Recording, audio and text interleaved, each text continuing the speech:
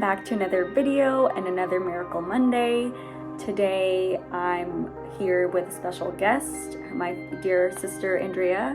I recently ended up randomly in this international Dreamers. It was definitely Holy Spirit that landed me here because there's no way we would have ever met in person. We'll talk about this more at the end of the video. But she has become a dear sister. She's wonderful and she has so many beautiful miracles to share, and I'm excited to introduce her and to get into the video. So here we go. Okay, so thank you so much for coming to join me for this. So I recently got a request from God to start doing Miracle Mondays, and I like this idea because I think we don't talk about miracles enough. And how in the Bible it says that there was a town that Jesus left and he couldn't do many miracles there because there wasn't enough faith. So I think faith is very much tied with miracles. And so if we don't have the faith and we're not believing for miracles, then we're not going to be seeing them. But if we have faith, then we can access miracles. And why wouldn't we want to? I mean, it's wonderful and amazing. So Andrea, do you want to introduce yourself? Hi, I'm Andrea Lobban, Nicola's sister in Christ and sister all around. I'm an entrepreneur, business owner, 24 years in, and I love the Lord. He's my all, He's my life. And when Nicola asked me to do this, or asked anyone if they had miracles, I couldn't wait to share because, He's so good in so many ways. Yeah, so thank you for inviting me. Of course. I want this to be kind of a collaboration because I definitely have some miracles to talk about, but I think it's more fun if we're all talking about all the different miracles we experience. And I think there's a wide variety of miracles, and sometimes they're small things and sometimes they're huge things. And I think sometimes we don't notice them, or we try to explain them away instead of accepting them for what they really are, and it's miracles. So you said you have a miracle you want to share? Yes, I had to kind of like sort through and see which one I wanted to share, because I have a few, but if it's okay, come back and share the rest. Okay. Well, there's one I have. One is a miracle of provision. Okay. The other one is a miracle of reconciliation. I'll start with the provision one because it's small. Not small by any means, because any form of miracle is far from small. But there was a period in my life where I went through such drought, like such lack, like nothing. No money was coming in, and we often pray or believe for God for bills to be paid, or for provision with something that's needed. Well, I was like, God, there's something I want. My niece and nephew, babies, just past babies, where they're actually able to know when someone's given them something. And it meant so much to me this year for some reason that I really wanted to give them something. They loved me, they looked up to me, and I had like nothing. I think I had like $2 in my bank account. So I was like, God, I know we often feel like we can only pray for things we need, but this is something I wanted. And I was like, God, please, I don't know where it's going to come from. I don't have any clients, I have no way of making money. I really want to buy them this specific thing. Please let it happen before their birthday. And I know it seems trivial, but I woke up the next morning and there was an announcement on my phone that I got $200 deposited in my account. And I was like, where did that come from? And I did not know this person. I didn't know that. I called it was a company. And I called the company and I said, you've made a mistake. You sent me, and they're like, no, we didn't. And I was like, to me, that was like, because it was the exact amount I had asked for, wow. for their gift. And when I tell you, I did research. I was like, who would have sent me this? And it made me realize don't only pray for what you need. This is something in my heart I wanted to do for someone else, for my niece and nephew. So that was like, to others it may not seem like a huge miracle, but this money that's a huge miracle. Money lands in your bank account out of nowhere. Out of nowhere, and I didn't know who sent it. To this day, I don't know who sent that money. So that was like such a small but big miracle to me, because it made me realize, I could ask God for anything. The second one is a bit bigger. My mom, her mother abandoned her when she was a baby. She left her in Jamaica with her dad. And as we grew up, I used to always say, Mom, don't you care who your mom is? And she'd be like, no, I don't. I guess you have that hardened heart when your mother has left you. And one day I felt led to ask, when you don't even realize you have a prophetic gift from your younger, you realize this thing. I was led to ask her again, Mom, do you not care that you don't know your mom? And she says no. But I knew her mother's name. Now, keep in mind, this is going to age me. This was before we had the internet. Like we did not have the internet. We had the computers had just come out in the library. They had the green screen, with the light green letters. I remember that. I'm actually young enough or old enough to know a little bit about it. Yeah. Yeah. So we didn't have internet, and I went to the library and I typed in her mother's name because it was like a yellow pages at the time. And there were like so many of the same name that came up. And I was like, oh man, how am I going to find her? Anyway, I printed it up and I said, when I go home, I'll look through it and, just start through hundreds of these names. Wow. But when I got home and I looked at it, one of them was in bold.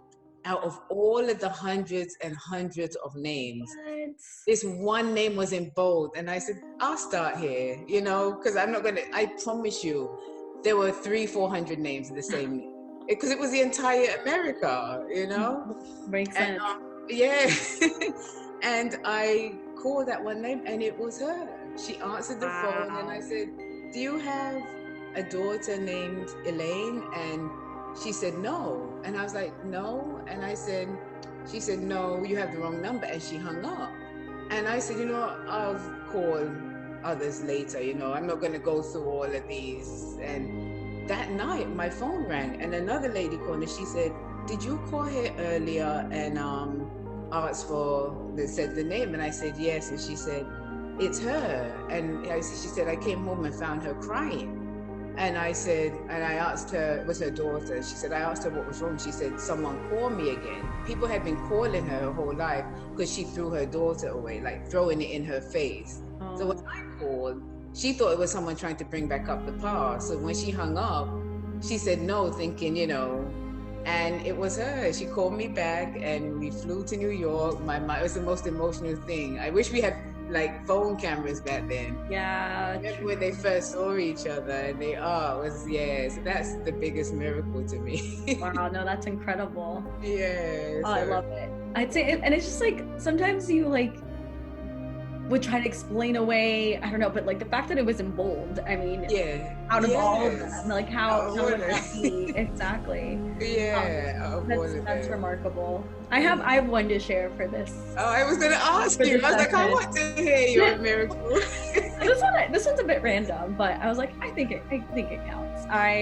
It was when I was a college student and I went to UCLA, and I'm from Orange County, which is about an hour south of UCLA. And there was a month where my mom decided to go traveling in Asia to fulfill like a life dream. She went she went with a friend, actually a family member. And so during that month, she said I could use her car, which was super nice because as a college student in LA, without a car, you can't really get around much. So I was like, whoa, I have a car, like fancy life.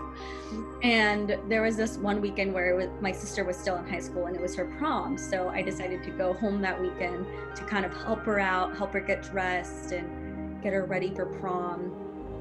Since my mom wasn't going to be there. So I decided to get up really early on a Saturday morning to drive down. I was going to surprise them by arriving really early. And I immediately, so in California, we have these massive freeways, we call them. There are multiple lanes.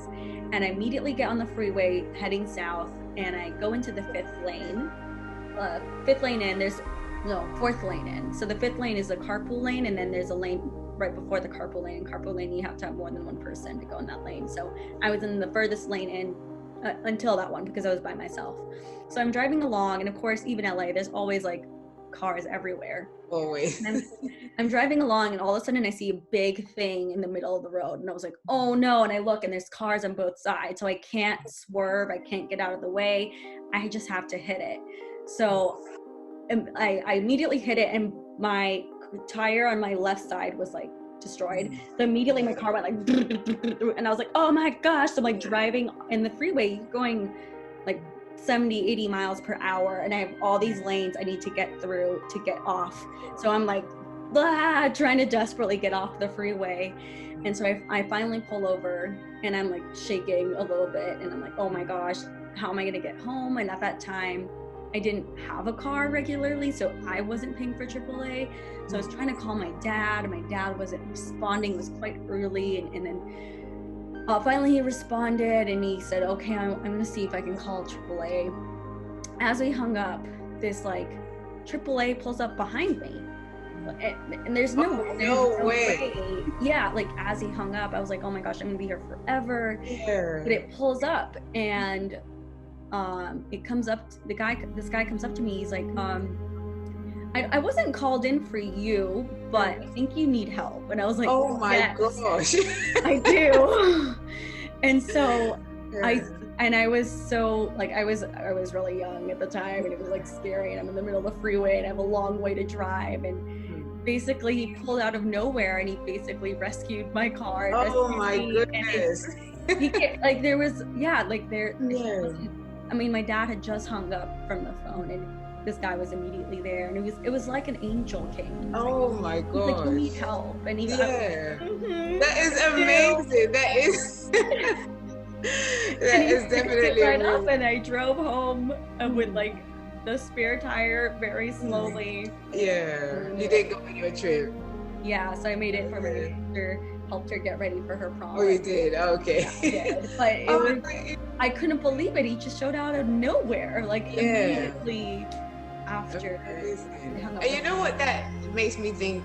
We have miracles and we have angels. You know, your story, like, is that people say, was that an angel? Like when he drove off, did he disappear? You know, like it's funny because he definitely was an angel to me. It was, can also be angels sometimes, like I don't know, like sometimes I don't know how that works. I think like like angels can work through humans sometimes. So yes, I don't know, it's true. When I pray, I always say, God, release your warring angels and your earthly angels to fight for your children. You know, there's people here that were sent to fight for God's children. So I agree.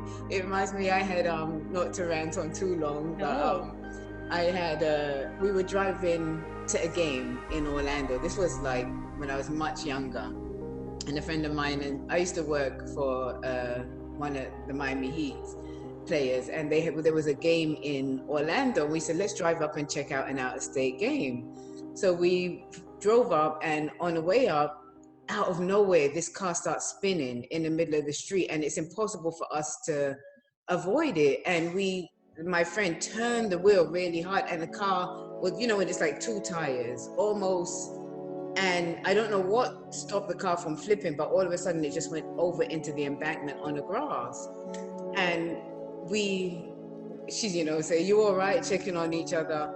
And when we got out the car, this car pulls up behind us, and the guy says, are you all right? And the first thing I said, oh my gosh, you're from London, because he said it the exact way. I was like, and I said, yeah, and he's, you know, helped us out, and he helped push the car out of it and brought us back up where we needed to be. Big guy, thank God he was that size to be able to do it. And he says, we're in London. I said, where in London are you from? He said, I'm from Southeast. And I was like, me too. I said, Lewisham. He said, me too. Like everything was like so similar. And we said, oh, thank you. And then, you know, we got in the car, nice to meet you. We didn't exchange any information, just said thank you. And he got in the car, drove off. We put on our seatbelt, and we're like, oh my gosh. No, we put on the seat, we drove off. He said, he's amazing. He was so nice. When we looked back, there was no one behind us, no car. And we were like, did he drive off before us? But there was no one in front of us. So we were like, are we losing it? So that reminds me of the whole angel thing. Yeah, that's another miracle story. This was like 20 plus years ago. You know, miracles and angels are real. They're out there. Yeah. So thank you for doing this. I don't know. It's just so humbling to be like, wow. Yeah, they're always there. Yeah. So is that the only one you have to share today? That's the only one for today. Okay, for today. One a week. Them out. Can't use them all up. Yeah. I know. Although hopefully more will come to share. Yeah. Along. Yes. I'm well, like you said. People. Yeah, like you said in the beginning. Yeah, you said in the beginning, we experience miracles every day. We just don't even realize it, you know. So think one of the biggest issues is we try to explain them away, or you're like, oh no, it's just a coincidence. And like, no. Yeah, it's exactly. Even picking up the phone call to call someone that's on your mind, and they say, "Oh, how I was just thinking about you." Yeah. You know, so miracles happen. Yes. But thank you for thinking of me. Thank you. No, thank you so much for joining. I appreciate it. Anytime.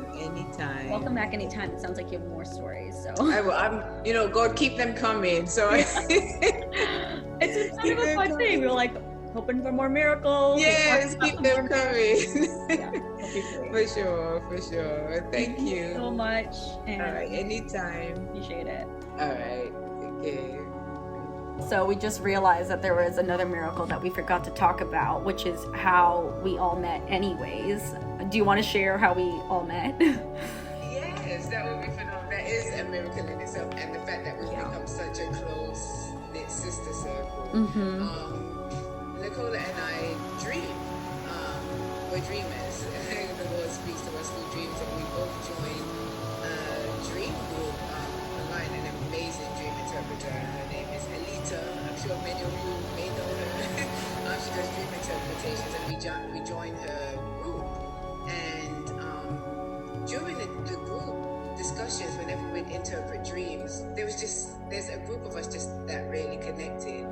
And we decided there's another young lady that was in the group chat that started Testimony Fridays, was it? Yes, Testimony Fridays, yeah. Yeah, and then another young lady that started Prayer Group Fridays. And from this one group, from this dream class, now the dream interpreter that we belong to, she's all the way in South Africa. And, you know, Nicola's up north, I'm in Florida, Maggie's in California. Like, we just all became this group that... We're all over the world, literally. Yes, all over the world. All over the world. And we just pray for each other and support each other. We text each other. Like, if one wakes up in the morning after having a bad dream, we're like, pray for me. Or we're going through a bad day. We just became this amazing sister circle. So, international. Internationally, yeah. And we all had the same goals, and we're going to be testifying 10 years from now as God uses us together. So it's such a beautiful thing. I don't even know how I fell into this group. I wasn't even looking for it. I just somehow randomly decided to join this dreamer group, and then all of a sudden I was in this group of women from around the world, and it was such a shock. I'm like, how did this happen? How did I land here? I was so surprised. And then we started talking regularly, and now like you said, we regularly text each other and support each other, and it came out of thin air. And the miracle behind it is, I think we all had the same prayer, like, God, bring us friends that are of you, that was, you know, we all prayed for the same thing, and then he just brought us all together. We're like, we've been praying for you, for friends like you. Yeah, and the funny thing is, for me, like, I've been praying for community for a long time, but I keep moving. That's been part of my life plan. Like, I've literally moved internationally. I've moved so much. So I think God's very intelligent in that he knows I move a lot, so he made a virtual group for me that can be accessed wherever I am in the world. And so he's been giving me a lot of virtual groups, and they somehow just appear out of thin air, and it's always so incredible, because we would have never crossed in real world, never. That was completely Holy Spirit, divine connections. We couldn't have planned it. Isn't that so true? Like, none of us would have connected. Like, we would have never met naturally, any of us. There's no way. That's so funny. So true. So that's our miracle story about friendship. So yeah. It's a beautiful thing. Yeah. Well, thank you again. It's been so great meeting you. And I mean, again, we've never met in person, so this is all virtual.